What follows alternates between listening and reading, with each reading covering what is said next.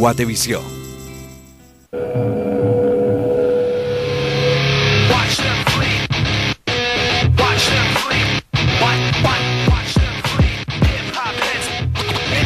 You do it like this.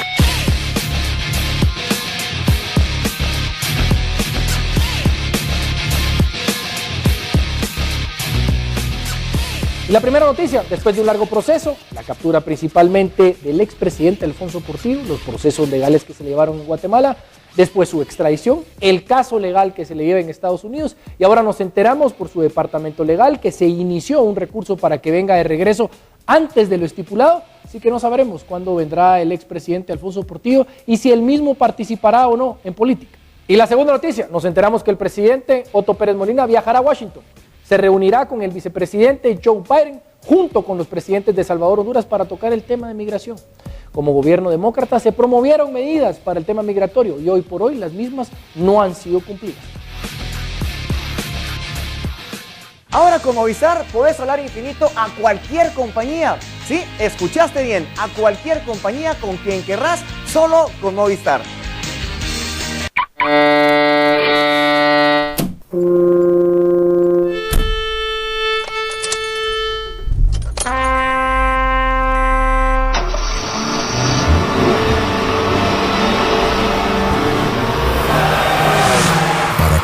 Sea una sinfonía en movimiento, usar repuestos certificados y garantizados de Repuestos Aquaroni, donde el cliente es un amigo. Hoy nace una nueva generación de aparatos de ejercicio pensada en la comodidad y el estilo de vida moderno. Ideal para personas que tienen poco tiempo y necesitan un ejercicio fácil y divertido, con el que puedan ver resultados rápidos y efectivos para lucir la figura que todos desean.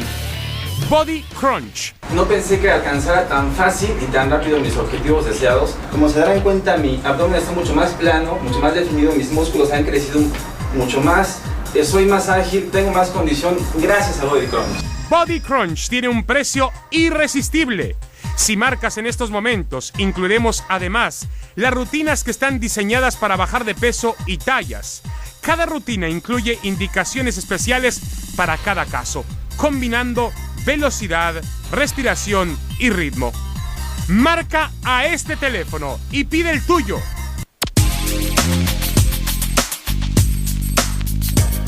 Guatevisión te tiene una sorpresa, lo que tanto esperabas. Nancy y Chiquirrines Club, de gira por las praderas del país. Hola chiquirrines, qué alegría que podremos estar juntos en un show lleno de música, personajes y diversión en tu localidad.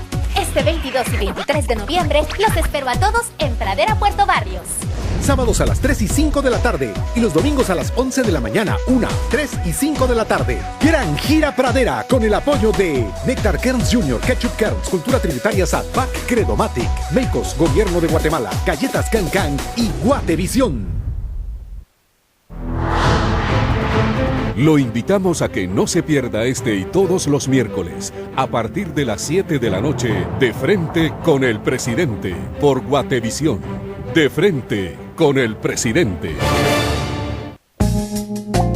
Hoy en entrevista nos acompaña el ministro de Salud, Luis Enrique Monterroso. Señor ministro, muchas gracias por venir. A la orden. Hace unas pocas semanas, unos meses, como director de la CESAN, con el gran tema de desnutrición en el país.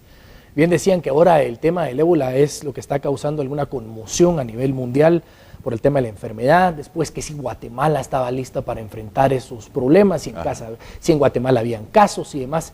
¿Cómo manejar, ahora que usted pasa del tema de la CESAN al Ministerio de Salud, un tema tan puntual que mundialmente está siendo tan escuchado, que es el tema del ébola? ¿Estamos nosotros como para poder responder ante un caso de estos? Antes de responder a la pregunta, quisiera hacer una aclaración. El tema de la nutrición sigue siendo el tema que tenemos que trabajar como país. El tema de la nutrición está concentrado en intervenciones puntuales de la ventana de los 1000 días, que en sus 10 acciones pasan por el Ministerio de Salud Pública y Asistencia Social. O sea, no se descarta. Muy probablemente mediáticamente no esté en la imagen en este momento, pero el tema de la desnutrición sigue siendo el tema central por el que este país tiene que luchar contra la pobreza futura y contra el subdesarrollo. Puntualmente, ¿estamos preparados para las acciones contra el ébola? Estamos preparados. Hoy día estamos preparados, pero cada día que pase vamos a estar mejor preparados. ¿Por qué lo menciono?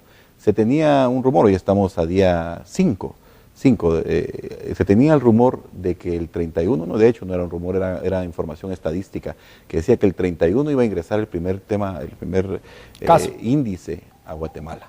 Hoy estamos diciendo no ha ingresado, pero eso no tiene que darnos la soltura de decir no va a ingresar, no, tenemos que estar todos los días preparándonos más, por si llega ese caso índice a ingresar al país, y ojo que el riesgo cero no existe. En consecuencia, estamos preparados, pero cada día estamos mejor preparados. Le pregunto, ministro, porque la verdad es que cuando se mencionó en los medios de comunicación que el presidente lo designaba a usted como ministro de Salud, probablemente muchos lo sorprendió.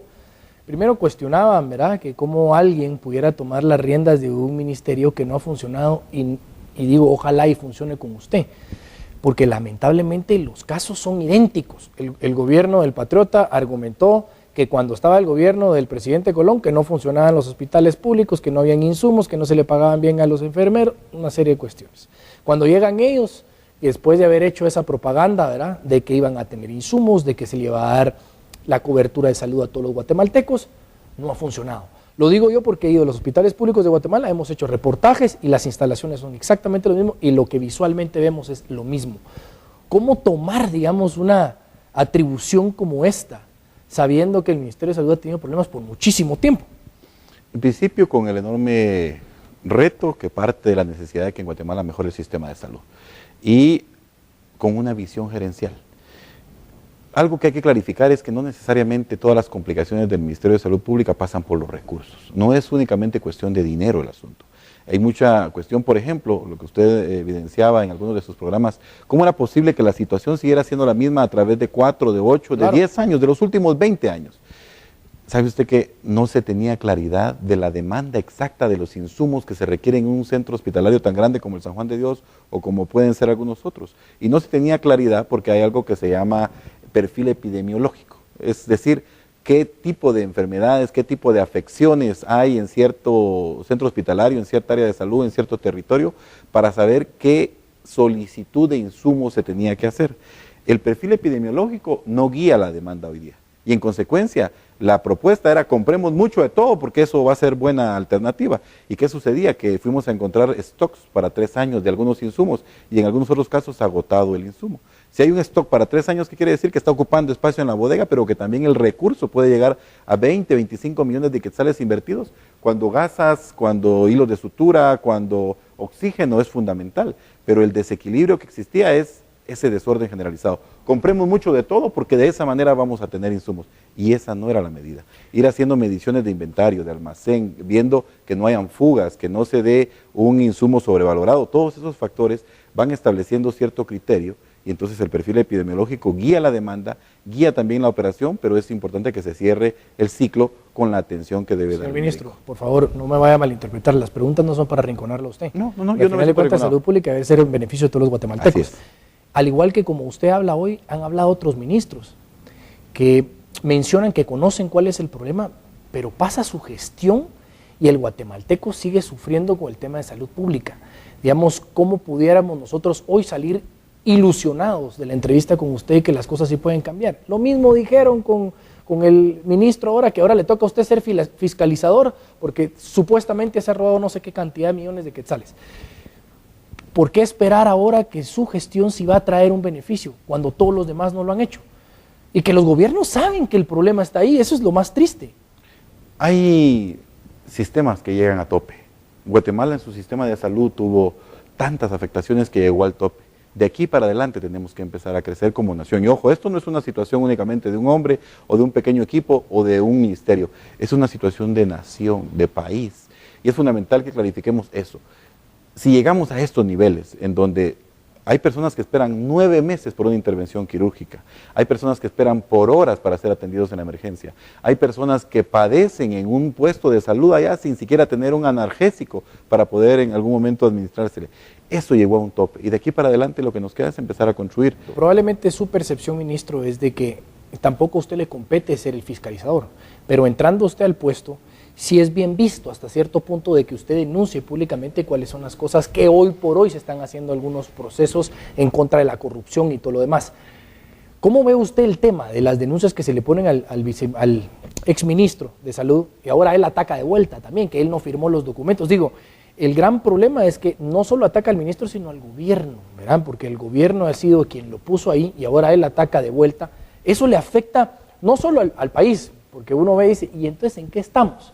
Pero usted puntualmente, ¿hasta dónde ponerle atención a esto para que no lo limite a trabajar? Correcto, es muy buena la visión. A mí me compete trabajar en temas de salud. A mí me compete evitar que mueran madres, que niños caigan en desnutrición, que los hospitales estén desabastecidos, que falte el salario de las personas. Eso es lo que a mí me compete. Lo otro es parte de lo que hace la Comisión Presidencial de Transparencia, el Ministerio Público, las capturas que se dejen venir, eso es parte de lo que les compete en sus atribuciones y yo facilito la información a partir de las investigaciones que están siguiendo. A mí, ¿qué es lo que me compete? Dedicarme de lleno a que los salarios estén al día, dedicarme de lleno a que las vacunas estén en su punto. Esa es la competencia de lo que yo entendí cuando tomé el cargo ministerial y eso es lo que voy a hacer. ¿Qué pasa con las deudas a proveedores millonarias? Ahí también se menciona en algunos hospitales, en algunos centros de salud fuera, que hay adeudos a enfermeros, a doctores, a personal, que no hay, digamos, tampoco insumos. ¿Cómo pretender que todo lo que usted me está diciendo funcione cuando se adeuda medicinas, se adeuda personal? Si usted no le paga a la gente no trabaja, claro. Esa gente también tiene que comer y en dado caso esa gente tenga problemas de salud tampoco tiene cómo pagar. Cierto. Se está volviendo un círculo que no solo al gobierno le afecta, sino al pueblo y principalmente a usted, ministro. ¿Cómo empezar a solucionar ese problema? Si me permite contradecir eso, no me afecta tanto a mí, le afecta al paciente.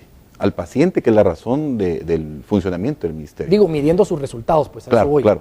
Y la razón de toda nuestra intervención tiene que apuntar a eso, a que haya prevención en el primero y segundo nivel, es decir, en el nivel comunitario, en el nivel de casco urbano de los departamentos y en algunos casos a nivel de casco urbano nacional, en la capital, y que haya alguna acción curativa cuando se requiere. Eso es lo fundamental, ahí tenemos que apuntarle. Pero el factor deuda que se tiene. ¿Por qué se deuda tanto?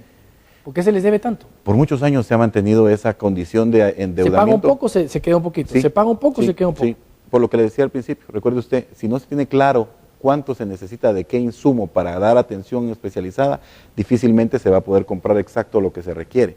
Eso es gerencia, por ejemplo. ¿Por qué se deuda tanto al elemento humano? Porque han existido áreas de salud, direcciones de hospital y a nivel central, incrementos desmesurados del elemento humano, del recurso humano. En algunos casos hay 300, 500 personas que entraron a una sola área de salud, con salarios pues representativos, pero que eran de ese subgrupo, el subgrupo 18, que es las personas que están atrasadas en este momento. Si hay un desbalance y una desproporción, lógicamente el recurso con el que se cuenta se va a quedar pequeño y eso automáticamente implica un retardo en el pago, una falta salarial y un desequilibrio, porque entonces todo lo que se va en la planilla, arriba del 60% se va en recurso humano en el ministerio y el 40% que queda tiene que distribuirse a cuentagotas para dar atención a las personas. Ojo, el 60% no quiere decir que sean médicos, enfermeras y residentes los que están, no, en muchos casos hay incremento en elemento de oficina, que anda deambulando, en digitadores, en capacitaciones, no, en la medida que eso crezca, va a ser casi imposible manejar el abastecimiento de insumos y si se fugan todavía esos recursos es peor todavía. ¿Por qué es que estamos entrándole al tema de la corrupción? Y no solamente a partir de lo que el exministro tenía como complicación, estamos hablando del tema de corrupción de robo hormiga, estamos hablando de una hipoteca social por la corrupción, porque desde hace muchísimo tiempo se dejó pasar.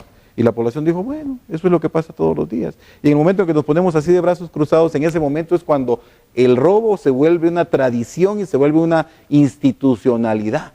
Y entonces que se lleven 5 libras de carne es lo mismo porque no pasa nada, porque aquel se lleva una jeringa, porque el otro se lleva un anestésico, porque aquel se lleva el medicamento, porque el otro se lleva los pañales. Y en ese momento el sistema de salud empieza a colapsar, porque se vuelve generalizado. Y los gobiernos también lo han dejado pasar. Así es. Se lo han dejado pasar y eso habría que averiguar por qué. Le pregunto, es triste los casos que uno ve, ¿verdad? Completamente. Sí. Muchos dicen, y eso a mí no me consta, muchos dicen que la gran problemática del Ministerio de Salud también pasa por los sindicatos. Digo, ya claro, los sindicatos están contemplados en ley, ahí está, en el Código Laboral, donde se pueden agrupar con el propósito de hacer valer sus derechos, poder trabajar de manera conjunta y poder velar también sin perder la esencia del trabajo que ellos están destinados a hacer. Así es. ¿Es hoy por hoy los sindicatos un obstáculo para el tema de salud para los guatemaltecos o no lo es?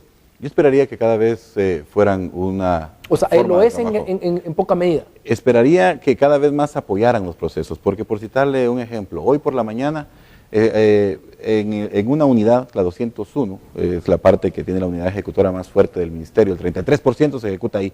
En esa unidad hay 100 pilotos. Cuando yo llego digo, ¿y para qué hay 100 pilotos? Son demasiados pilotos. Pues hoy en la mañana busco una forma de verificar cómo estaban en su empleo y les asigno una tarea desde el nivel central y resulta que cuando ven que hay una asignación de tarea, dicen ellos, no salimos hoy. ¿Y por qué no salen hoy? Porque nos declaramos en sesión permanente. ¿Por qué? Porque hoy estamos considerando que tenemos algunas situaciones en las que nos sentimos mal. Hombre, sí, eso es increíble. Entonces, inmediatamente digo, la ley de sindicalización dice que eso se convierte en un paro ilegítimo. En consecuencia, se empiezan a levantar actas en todo aquel que no quiera trabajar, porque tiene que trabajar. Y por supuesto que va a venir un remesón. Pero es que tenemos que entender que hay leyes que se deben respetar. Y la ley de sindicalización también especifica que si no hay una razón para que se declaren en este tipo de paros implícitos en la acción, indudablemente te tienen que tomar medidas. Y eso no quiere decir que estemos en contra de los sindicatos, quiere decir que estamos en contra de todo aquel que no vea a la salud como la prioridad. Y ahí tenemos que actuar. Esa es nuestra línea simplemente. Ministro, una pregunta como ciudadano. A ver.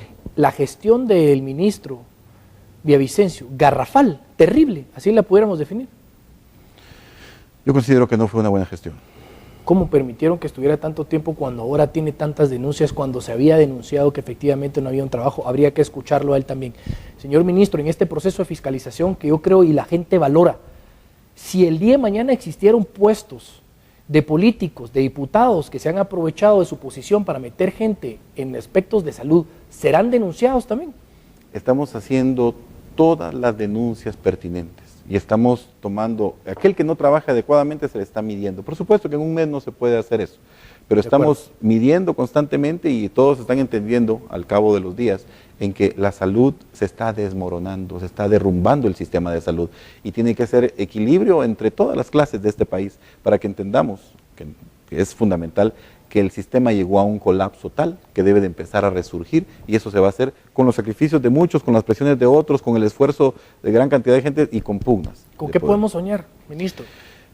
Soñar realmente, pues, o sea, porque, digo, esto no es contra usted, no es contra el gobierno, es porque lamentablemente hay muchos guatemaltecos que tienen que parar en los hospitales públicos, que no tienen para llegar a los hospitales privados y que con solo ver la sala de espera es terrible, por Dios, o sea, encontrar muertos en los pasillos del hospital, las jeringas con sangre tiradas, los mismos argumentos de los familiares, es que se murió porque no lo atendieron, es que le dijeron que era tal cosa, pero como no le hicieron radiografía, lo trataron por otra y se paró a morir, o sea, ¿con qué puede soñar el guatemalteco que depende de una salud pública? Bien, podemos soñar con mejoras en la red hospitalaria. Estamos levantando una línea de base que algún día, por supuesto, con mucho gusto les compartimos a ustedes para vean cuál es la percepción, para que veamos cuál es la calidad en el servicio del sistema de salud en la red hospitalaria.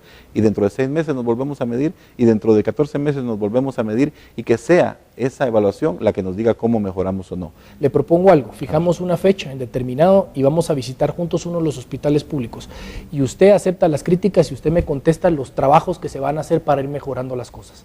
Acepto y con mucho gusto, porque realmente la población tiene que saber que las mejoras no son solamente del sistema de salud, sino que la población misma tiene que ir compenetrándose con esto. Los directores de hospital no pueden tener a su discrecionalidad todo el recurso que tienen en sus manos y sintiendo lo propio decidir por él. Tienen que saber en qué se invierte claramente, para que al final de año, los 3 meses últimos, no estén diciendo que nos inyecte más presupuesto, porque en muchos casos, como el San Juan de Dios, tuvo 424 millones de quetzales dispuestos para que se invirtieran bien en la salud. Y ahorita, ¿qué resultados se entregan? Necesitamos más. Con buena voluntad y con la mejor de las intenciones, le deseo suerte, ministro. Gracias por haber venido. Muy amable. A ver, ¿cuánto pagarías por una pizza realmente grande? Que además esté hecha con masa recién elaborada de manera artesanal. Que además tenga una exquisita salsa de tomate. Y además lleve mozzarella 100% natural. Y que además esté caliente y lista para que la disfrutes. Así es, solo 35 quetzales. Hot and Ready Cheese será solo 35 quetzales. Porque hay pizzas y hay pizza. Little Caesars. Pizza.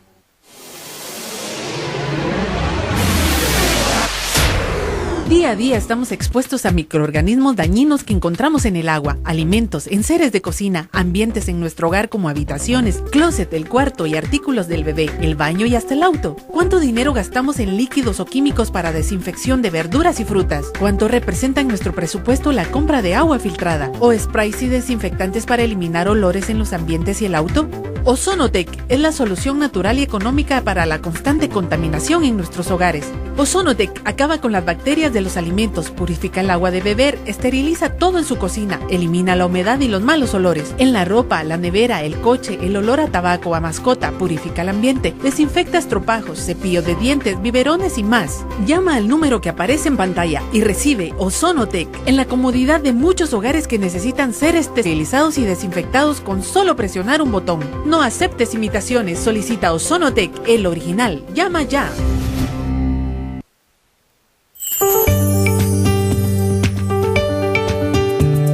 El Evangelio de la Verdad, predicado por el hermano Eli Soriano y el hermano Daniel Razón, ha llegado a Guatemala. De lunes a viernes, de 11:30 hasta medianoche y 30, sábados y domingos de las 8 de la mañana hasta las 9.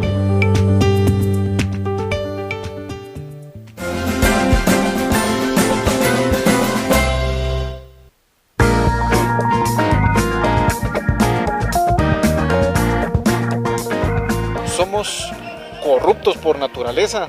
Vamos a replantear la pregunta mejor, para no vernos así tan mal. ¿Por qué cree usted que existe la corrupción en Guatemala? Por la inclinación del ser humano llevado más a la mentira que a la verdad.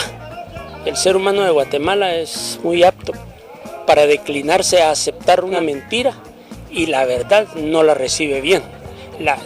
Como que no le hace clic, pero la mentira sí la cree, porque recibe más mentira que verdad. ¿Se puede eliminar la corrupción en algo pequeño? ¿Se podría eliminar la corrupción en algo grande, diputado? Por supuesto, mire, el Congreso es uno de los órganos, digamos, más transparentes en el sentido de que es más permisible la fiscalización, pero aún así se han detectado hechos de corrupción, de sobrevaloración de algunas cuestiones. El exministro de Salud, mire, 417 millones, pareciera una grosería eso, y ahora más préstamos. ¿Qué se hace? ¿Qué hace para eliminar la corrupción? ¿Qué se puede hacer? Bueno, definitivamente yo creo que el gobierno también ha dado muestras de combatirla. ¿Sabía que un 90% de la comunicación del ser humano se da por el cuerpo y un 10% únicamente lo que se dice? O sea, que usted me dice más con su mirada, con sus gestos, que con las palabras que me dice. Sí, es probable. Es probable. Diputado, ¿es usted corrupto? No, para nada, y tengo fama de que no. ¿Por qué regrese al Congreso? Bueno, varias razones. Una, la crisis que hay en el país realmente amerita una serie de reformas profundas, políticas y de todo tipo. Dos, no vamos a hacer campaña anticipada. No ya se aburrió de hacer campaña anticipada. Yo no hice campaña anticipada. Yo no quise meetings, no he regalado bolsa, no hemos dado dádivas a cambio de que vengan con nosotros. Todo ha sido a puerta cerrada. Nada más. ¿Seremos los guatemaltecos causantes de nuestra propia desgracia al quedarnos callados cuando vemos temas de corrupción? Definitivamente que sí, porque estaríamos avalando. Somos cómplices de la corrupción. Así es. Desgraciadamente el modo vivendi de aquí es corrupción. ¿Por qué dice eso? Explíqueme cómo es el modo vivendi del guatemalteco corrupto.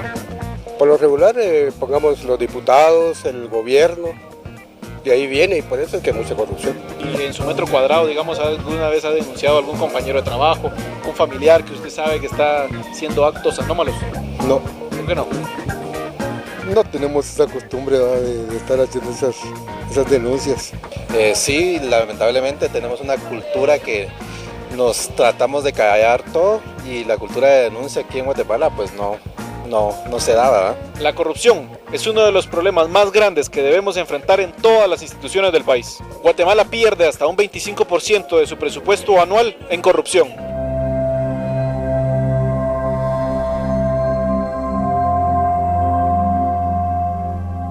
Zona 18, asentamiento Álvaro Arzú.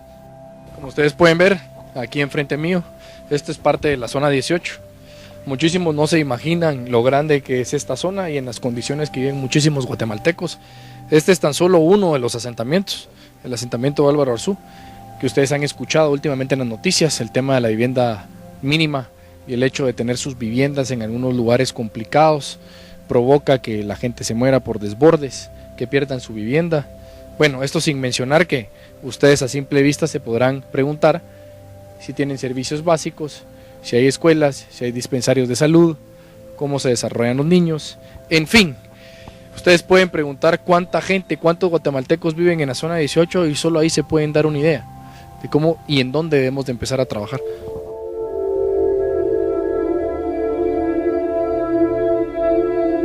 Cerca de 260 comunidades en la zona 18 no cuentan con vivienda mínima. En un inicio atrás, recuerdo que hicimos un reportaje también en algunas partes de la zona 18. Se había mencionado que algunos ciudadanos de acá estaban siendo beneficiados con los proyectos de vivienda mínima del Ministerio de Comunicaciones. Sería bueno revisar si efectivamente esos proyectos se echaron a andar, cuántas casas alrededor se construyeron. Seguramente han de haber por lo menos 1 millón de guatemaltecos viviendo en plena zona 18.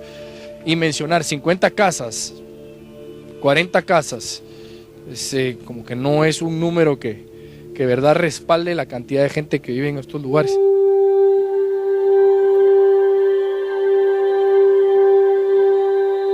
$1,200 miembros del ejército y 100 policías fueron asignados para contrarrestar la violencia en la zona 18. Bueno, como pueden ver, esto es parte del deslave que ocurrió en estos días, que incluso perdió la vida uno de ellos.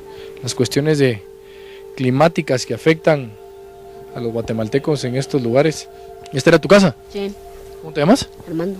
Armando. ¿Qué pasó? Contame. Se derrumbó aquí. Bueno, ¿y cuántos viven aquí en la casa? 7. 7. Sí.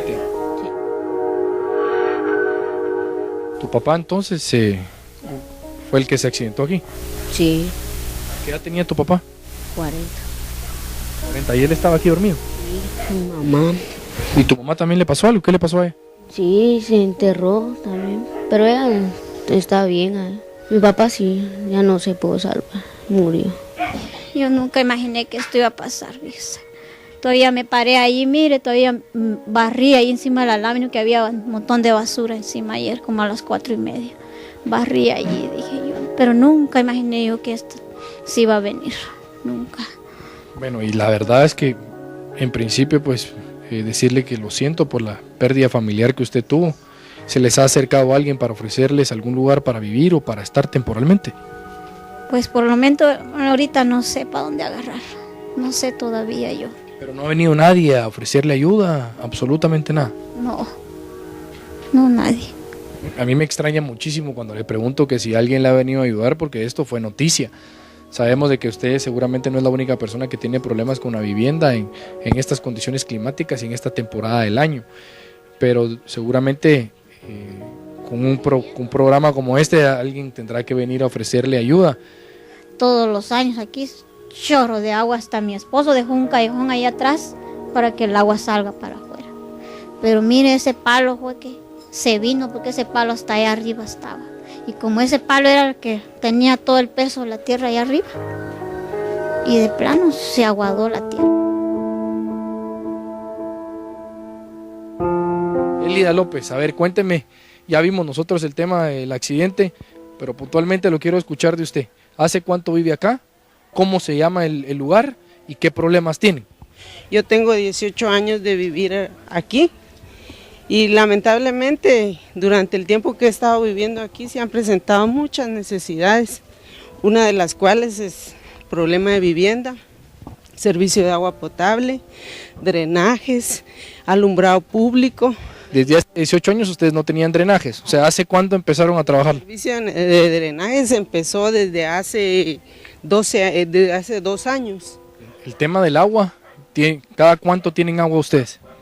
Es un servicio irregular, a veces hemos pasado 6 meses sin agua, 2 meses, a veces una semana, a veces 3 veces por semana. ¿Qué hace un ciudadano sin 2 meses de agua, Elia?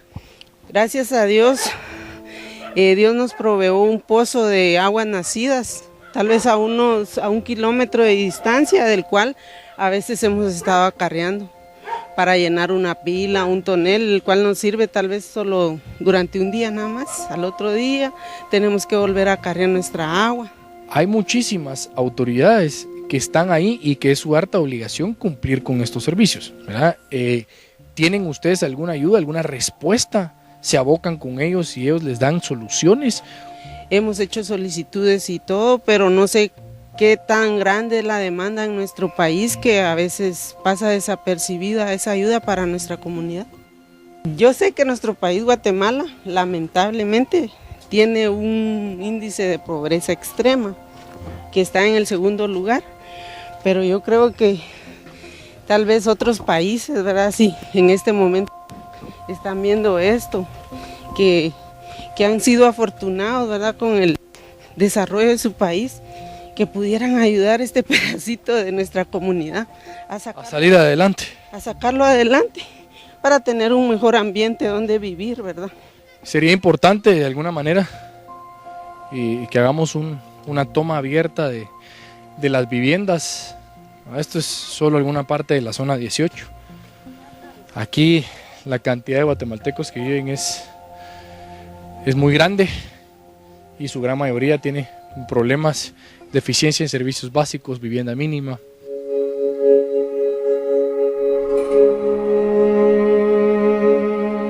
El tema de la seguridad es algo que los golpea. Los señores del ejército han venido a hacer sus rondas, como también la PNC, pero lamentablemente cuando suceden las cosas, cuando ya han pasado las tragedias, es cuando nos ponemos todos alerta, ¿va? Porque ¿quién va a querer arriesgar su vida, digamos, entre una balacera? ¿Cierto? O sea, es complicado, ¿verdad? Y cuidar a los niños, que son las nuevas generaciones. Mucho en la calle y que los papás los apoyen y los cuiden y siempre estén pendientes de ellos, ¿verdad?